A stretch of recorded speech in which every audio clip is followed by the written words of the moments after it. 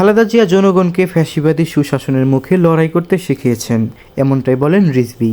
বিএনপির জ্যেষ্ঠ যুগ্ম মহাসচিব রুহুল আমিন রিজভী বলেছেন, বিএনপির প্রয়াত চেয়ারপারসন ও সাবেক প্রধানমন্ত্রী বেগম খালেদা জিয়ার মৃত্যুর আগ পর্যন্ত দেশের মানুষের পাশে ছিলেন। তিনি দেশের মানুষকে শিখিয়েছেন কিভাবে ফ্যাসিবাদী সুশাসনের মুখে গণতন্ত্রের জন্য লড়াই করতে হয়।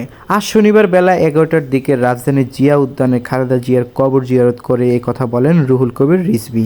রুহুল কবির রিজভী বলেন, খালেদা জিয়া গোটা জাতিকে উৎসাহিত করেছে, গোটা জাতিকে জাগিয়েছেন।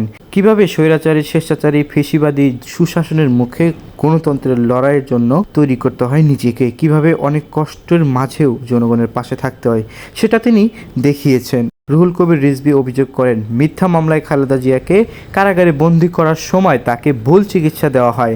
তার খাবারে সন্দেহজনক কিছু মেশানো হতো কিনা তা নিয়েও সন্দেহ প্রকাশ করেন তিনি বলেন, মানুষ দেখেছে কিভাবে হেঁটে হেঁটে তিনি কারাগারে গেছেন, কিন্তু হুইল চেয়ারে করে সেখান থেকে বের হয়েছিলেন। কারাগারে থাকার সময় খালেদা জিয়াকে সঠিক চিকিৎসা দিতে দেওয়া হয়নি বলেও উল্লেখ করেন রুহুল কবির রিজভী।